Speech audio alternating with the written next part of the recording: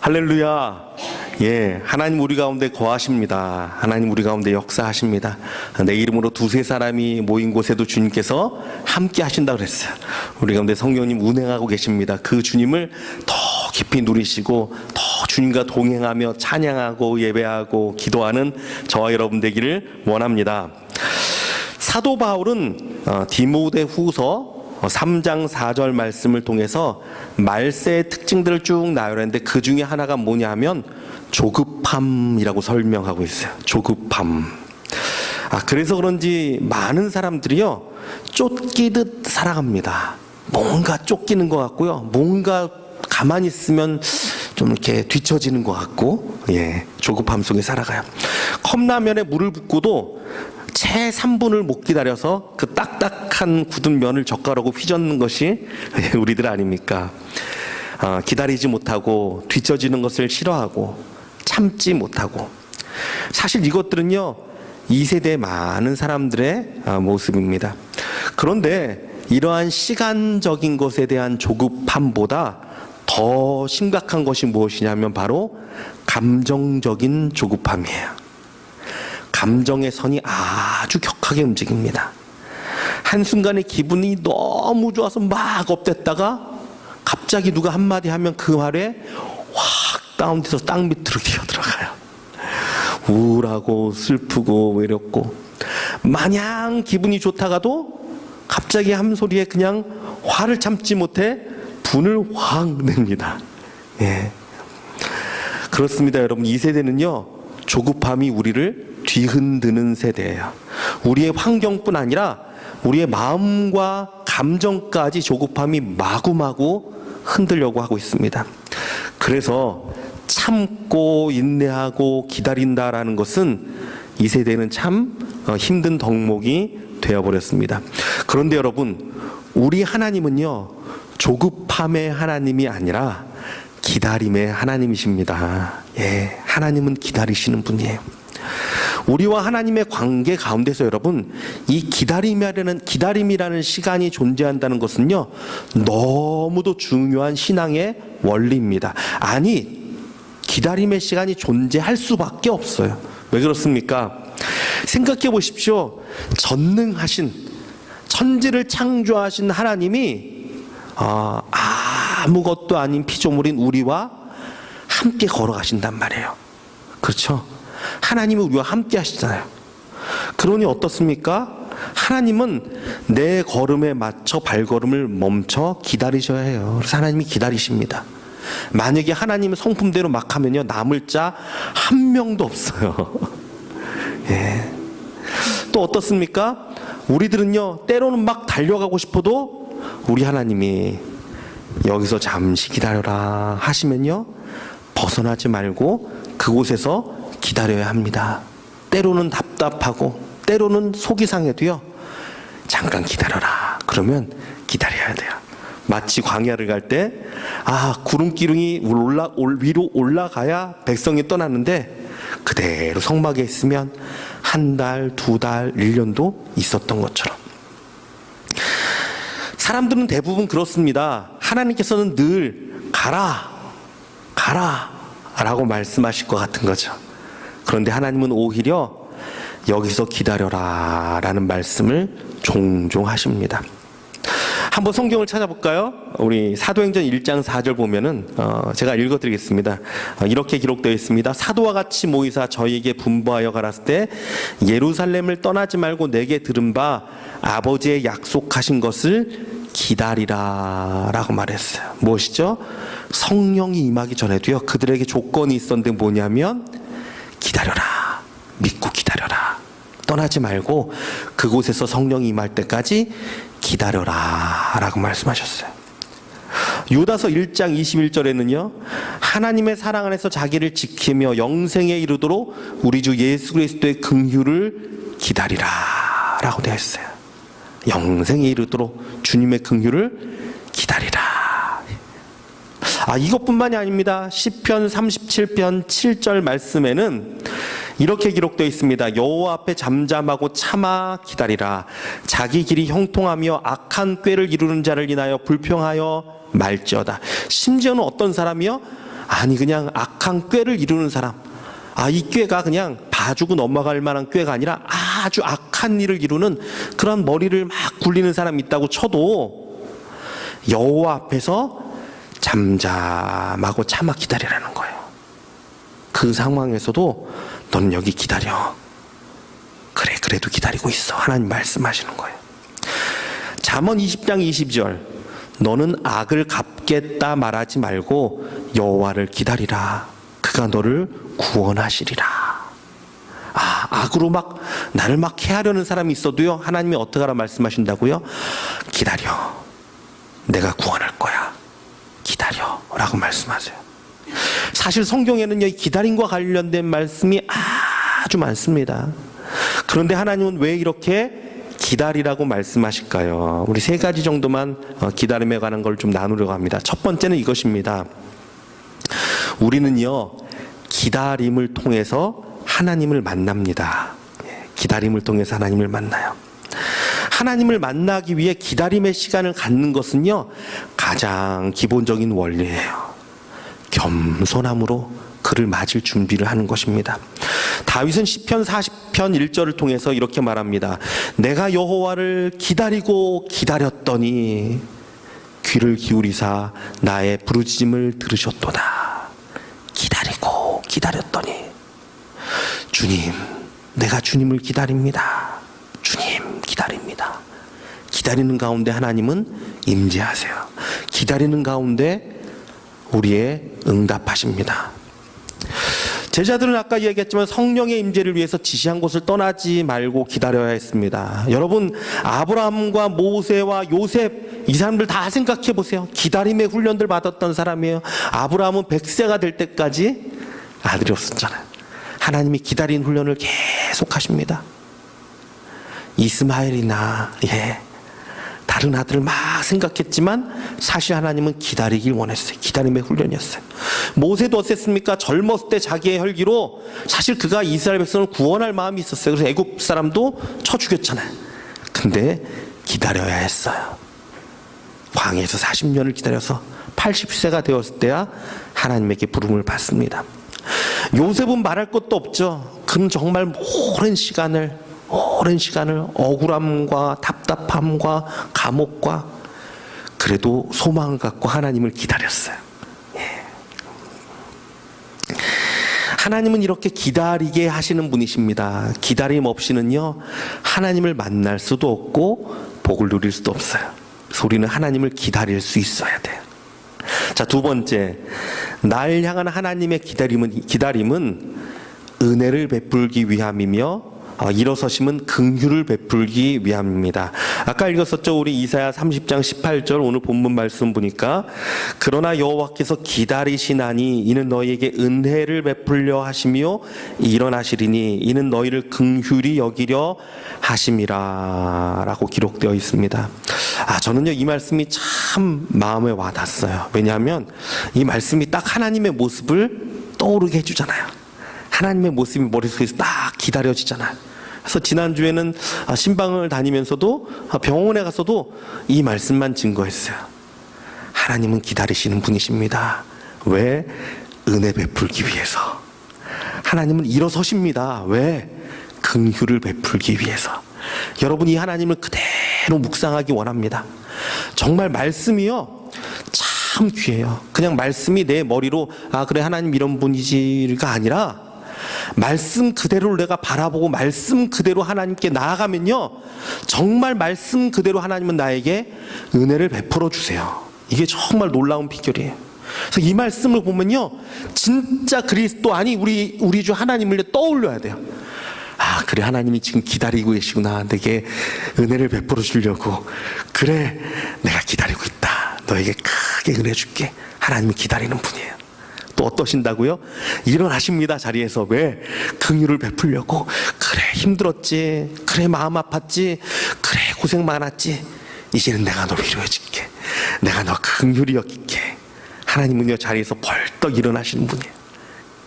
그런데 이분이 어떤 분이냐면요, 사실 이 본문 앞에 보면은요, 이스라엘 가운데 고난과 역경의 시간이 있습니다. 이때 말씀하신 거예요. 하나님은요, 토기장이가 그릇을 깨뜨린 같이 죄악에 물든 이스라엘을 아낌없이 부수다고 말씀하신 부분도 나옵니다.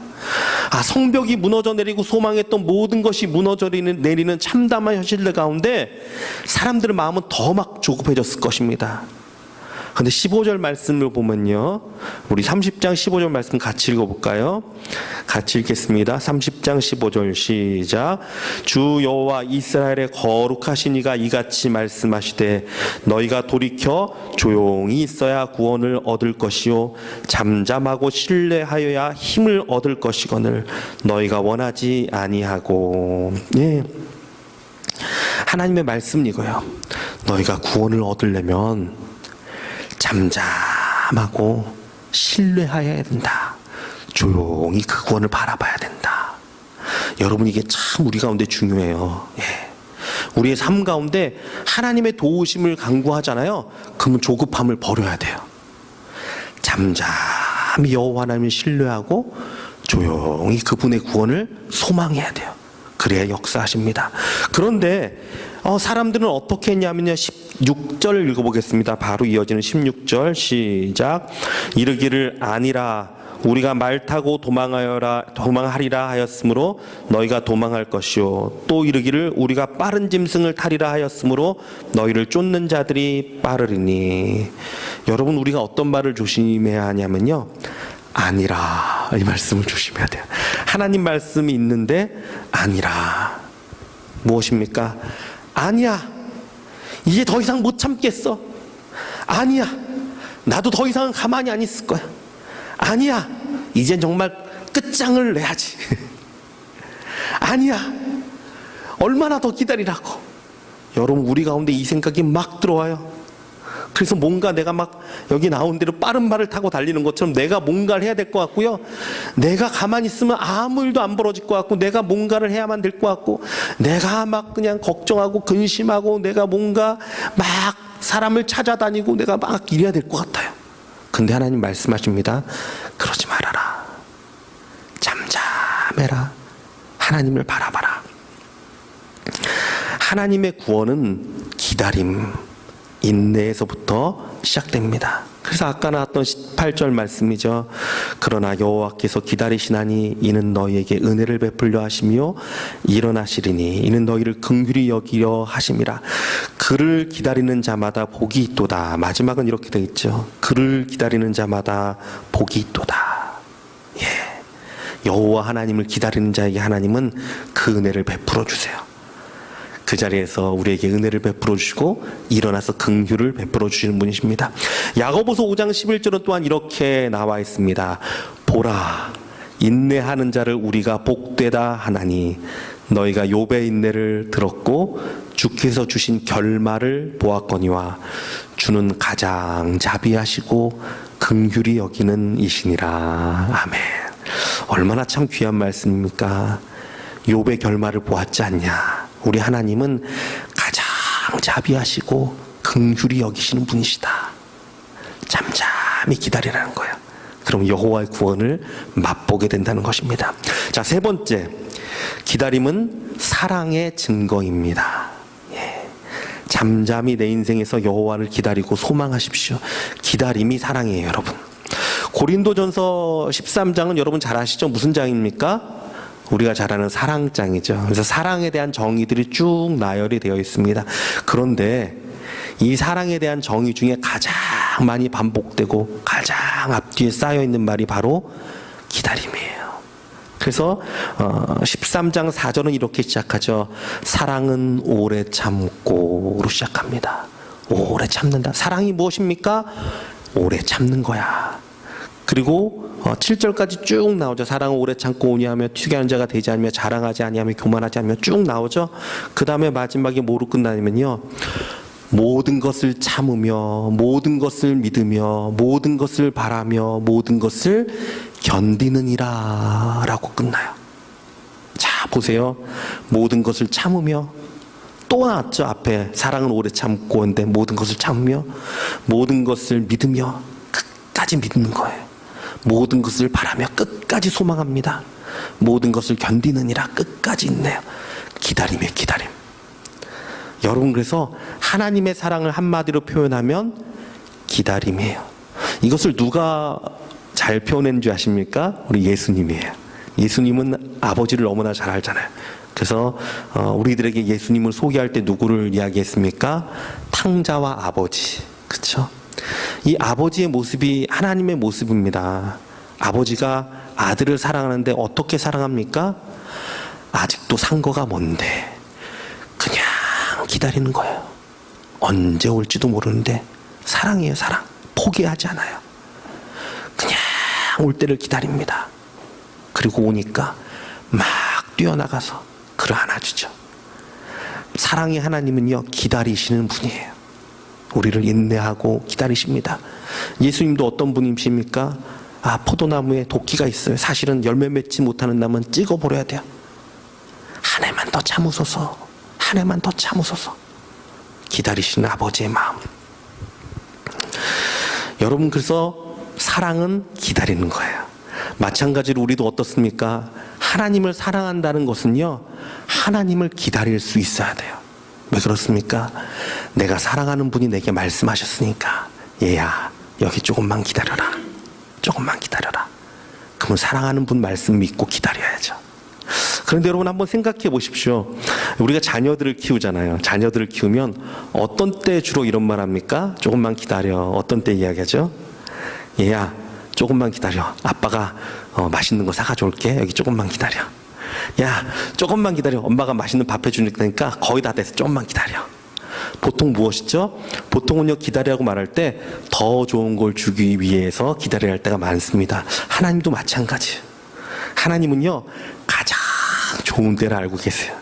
그래서 아까 읽었던 본문이 뭐였죠? 기다리시나니 뭘 하기 원한다고요? 은혜를 베풀려 하심이요. 예, 가장 좋은 것을 주시기 위해서 하나님은 기다리세요. 그러니까 우리도 그 말씀에 순종해야 돼요. 주님, 그렇죠? 주님 기다리라 말씀이니까 내가 해서 기다리겠습니다. 때로는 내가 힘들고, 때로는 답답하고, 때로는 마음이 어려워도 하나님, 그렇죠? 나에게 좋은 거 주시려고 하죠. 내가 주님 바라보고 기다립니다. 잠잠히 소망합니다. 나에게 조급함이 없게 하여 주시고 기쁨 있게 해주세요. 이러면요, 하나님은요, 반드시 역사하십니다. 그러나 여러분, 조급함은 어떻습니까? 인생을 파괴합니다. 하나님의 계획을 망쳐놓습니다. 사울은 조급함으로 사무엘을 기다리다가 못 기다려서 스스로 번제를 드려서 망했죠. 믿음의 조상인 아브라함도 약속의 아들을 기다리지 못하고 여종인 하갈을 취하여 아들을 낳는 과오를 저질러서 사실은 아직도 그의 자녀들이 싸우고 있는 형국이 아닙니까? 조급함은 이렇게 선을 이루지 못합니다. 제가 엊그저께 금요일날 새벽 예배 끝나고 바로 나가서 멕시코의 뷸라라는 곳에, 성경에 뷸라라는 곳과 이름이 같은 곳이라고 합니다. 그곳에 이제 갔습니다. 그래서 엔세나다를 좀 지나서 산퀸틴이라는 곳에 가기 한 60km 전, 그러니까 상당히 생각보다 많이 내려가더라고요. 한참을 달려가서 그곳에 갔는데, 거기는 오병이어 선교회라는 곳이 이제 사역을 합니다. 오병이어 선교회는 주로 이제 LA에서도 이제 음식을 이제 나눠주는 사역을 많이 하는데, 마침 제가 이제 그 사우스웨이 목사회에서 도네이션을 받은 그 초코파이가 좀 있었어요. 그래서 그것도 전달할 겸 또 사역도 좀 저도 보고 돕고 싶어서 내려갔습니다. 근데 거기 사역은 좀 특별해요. 보통 선교회 사역을 하면 뭐 이렇게 양육을 하고 말씀을 가리키고 교회를 짓고 많이 이러는데 그건 그렇지 않습니다. 갔더니 특별히 매일 하는 사역 중에 하나가 뭐냐 하면 아침에 5시 반에 일어나서 그 버스 정류장을 나갑니다. 그러면 거기에 이제 인디오들, 그러니까 그 원주민이죠. 쉽게 말하면. 그러니까 진짜 멕시코 사람들, 그 사람들은 키도 작아요. 피쩍 말랐어요. 키도 작아요, 다. 이분들이 사실은 배우지 못하고 하니까 농장에 나가서 농장에서 하루 종일 일하는데, 하루 일당을 얼마를 받냐면 15페소, 달러로 따지면 한 8불 50 정도? 그거 받고 일하는 거예요. 근데 노동이 참 고된 노동이에요. 그 농장에서 하는 게. 근데 새벽에 나갑니다. 새벽에 가서 이제 버스들이 오면 번호를 보고 타는 거예요. 그러면 어떤 버스 타면 이제 뭐 그 포도 농장을 가고, 어떤 버스 타면 뭐 어디로 가고 뭐 그런 거죠. 근데 이제 그분들이 보통 아침을 못 드시고 오니까, 근데 이 커피랑 과자랑 이런 것들을 갖고 매일마다 새벽에 거기서 나눠주는 거예요. 근데 나눠주는데 어떻게 나눠주냐면 딱 한마디만 합니다. 예수님이 지불하신 식탁입니다. 예수님이 지불하신 커피입니다. 그리고 나눠줘요. 예. 사실은 공짜가 아니죠. 뭡니까? 예수님이 다 우리에게 지불하셨잖아요. 그 보혈로, 그 사랑으로. 그 말만 합니다. 마음 같아서는 막 전도를 해야 될 것 같고 막 사형리를 들고 나가야 될 것 같은데 아무 말도 하잖아요. 한 250명 정도 됐던 것 같아요. 다 그냥 묵묵히 나눠줍니다. 다 나눠주면 또 이 사람들이 버린 거 있으면요 가서 다 주워요. 정리 다 하고 와요. 그냥 그것만 해요. 그냥 나눠주기만 해요. 그런데 여러분 참 놀라운 건요, 이러한 조건 없는 사랑, 그렇잖아요. 우리 같으면 나눠주면서 이건 다 받았으니까 교회 꼭 오세요. 친구 데려오세요. 다음번에 우리 같이 말씀 공부합시다. 이런 게 아니라 예수님이 베푸신 사랑입니다. 예수님이 베푸신 커피입니다. 이러고 나눠줄 때 이들의 마음이 조금씩 열려요. 그래서 그 중에서는요, 사실 선교단체가 보면은 현지인들이 많이 하는, 협력할 때 돈을 주고 이렇게 하는 경우가 많이 있어요. 근데 여기는 보니까 현지인들이 우리도 좀 섬기는 일을 하고 싶다고 자원에서 학생들이 오기 시작해서 현지인들이 같이 나눠줍니다. 어떤 때는 현지인들이 음식도 준비해와요. 그냥 자원하는 마음으로. 어떤 할아버지는 와서 30페소를 주고 갔대요. 이틀치 노동하는 거죠. 너무 고맙다고. 너무 고맙다고. 근데 참 그 선교회 리드 하시는 그분의 말이 참 마음에 와닿았어요. 우리는 여기에 교회를 세워서 뭔가 이렇게 하려는 것이 아니라 이 도시 전체가 복음화가 되기 원합니다. 라고 말하더라고요. 그러면서 이야기하는데 생각해보니까 여러분, 한국이 그랬어요. 이전에 선교사님들이 와서요, 그냥 나눠줬어요. 그냥 베풀어줬어요. 그래서 이것이 뭐냐면, 예수 그리스도의 값없는 사랑. 예수님은 그렇지. 정말 참 좋으신 분이지.